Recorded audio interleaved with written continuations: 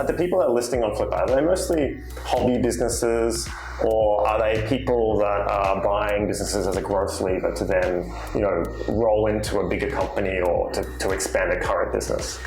It can be one of both. So you can have, businesses which set out to become very big and they've gotten to a reasonable size. I mean, we're talking about examples of a portfolio of apps that sold for $35 million literally a couple of weeks ago. So that's clearly a serious business with serious business intent.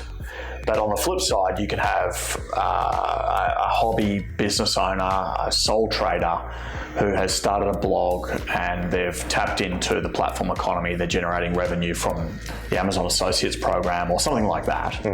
And they go and sell it for $50,000 to $100,000. So it's a combination of both. The people who buy, you've got three types of buyers. So you've got companies, and they're clearly doing exactly as you've just articulated, which is that it's growth for acquisition as a strategy.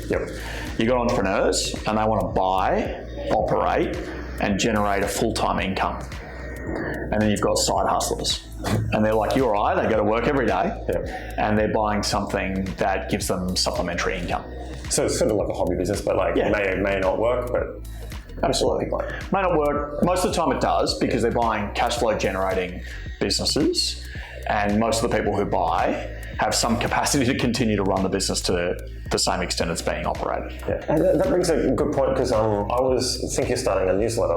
I haven't done that yet. I don't know why. I should have done it a long time ago. Take my own advice. But anyway, I was looking at Substack, and I've seen some other people starting their own monetized, Patreon, all these platforms where you can monetize your own influence or audience. And there's some people who have these newsletters that are like, 500,000 long or 1 million long. And I was just thinking, wow, if I had that newsletter and then I got to that point in my career where a lot of these people do, they go, I can't be bothered writing anymore. But you could essentially go, actually, I've got this captive audience, someone else could write it, put it on Flippa. So have you seen different businesses like that, not just e-com business? So you've got traditional ones like sites, blogs, apps, iOS and Android, e-com, and obviously that'll be things like Shopify, BigCommerce, WooCommerce, etc. But so now you've got newsletters, you've got social media accounts and profiles, things like YouTube channels. You've got NFTs, right, and the entire Web3. So podcasts, right? That's a good point. Then I think HubSpot just bought The Hustle, but they also just bought Entrepreneurs on Fire, I think, which is a podcast. Wow. I'm pretty sure of that. So John Lee Dumas John Lee Dumas is his name. So he just sold his podcast to them. Wow. Anything digital that has scale, that has a following, that can generate revenue or complement an audience acquisition strategy is now very liquid.